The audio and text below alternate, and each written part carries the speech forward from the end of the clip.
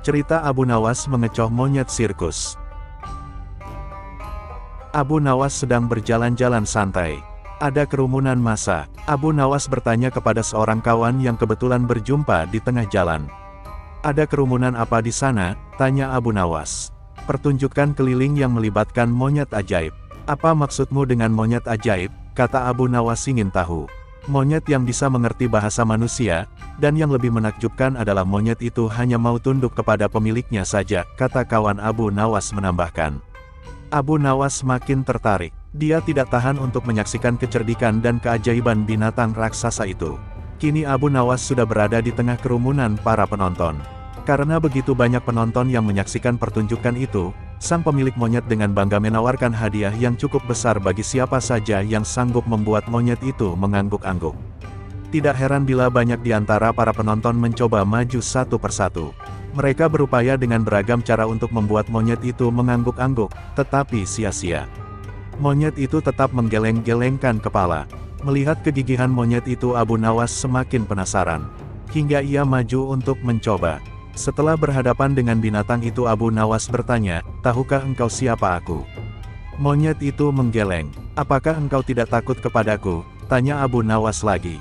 Namun monyet itu tetap menggeleng. "Apakah engkau takut kepada tuanmu?" tanya Abu Nawas memancing. Monyet itu mulai ragu. "Bila engkau tetap diam maka akan aku laporkan kepada tuanmu," lanjut Abu Nawas mulai mengancam. Akhirnya monyet itu terpaksa mengangguk-angguk. Atas keberhasilan Abu Nawas membuat monyet itu mengangguk-angguk, maka ia mendapat hadiah berupa uang yang banyak. Bukan main marah pemilik monyet itu hingga dia memukuli binatang yang malang itu. Pemilik monyet itu malu bukan kepalang. Hari berikutnya dia ingin menebus kekalahannya. Kali ini dia melatih monyetnya mengangguk-angguk. Bahkan ia mengancam akan menghukum berat monyetnya bila sampai bisa dipancing penonton mengangguk-angguk, terutama oleh Abu Nawas. Tak peduli apapun pertanyaan yang diajukan.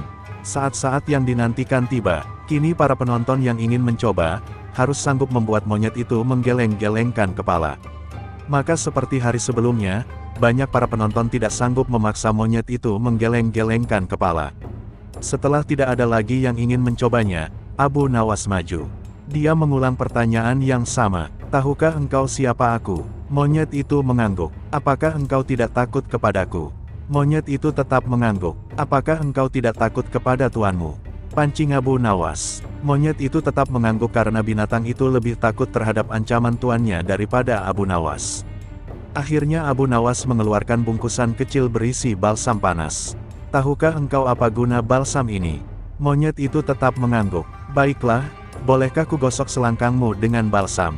Monyet itu mengangguk. Lalu Abu Nawas menggosok selangkang binatang itu. Tentu saja monyet itu merasa agak kepanasan dan mulai panik. Kemudian Abu Nawas mengeluarkan bungkusan yang cukup besar. Bungkusan itu juga berisi balsam. "Maukah engkau bila balsam ini kuhabiskan untuk menggosok selangkangmu?" Abu Nawas mulai mengancam. Monyet itu mulai ketakutan. Dan rupanya ia lupa ancaman tuannya sehingga ia terpaksa menggeleng-gelengkan kepala sambil mundur beberapa langkah. Abu Nawas dengan kecerdikan dan akalnya yang licin mampu memenangkan sayembara meruntuhkan kegigihan monyet yang dianggap cerdik. Jangankan seekor monyet, manusia paling pandai saja bisa dikecoh Abu Nawas. Demikian cerita kali ini. Jika Anda menyukai cerita-cerita seperti ini, silakan like, bagikan dan subscribe channel kami, agar kami lebih semangat membuatkan konten seperti ini untuk Anda. Terima kasih.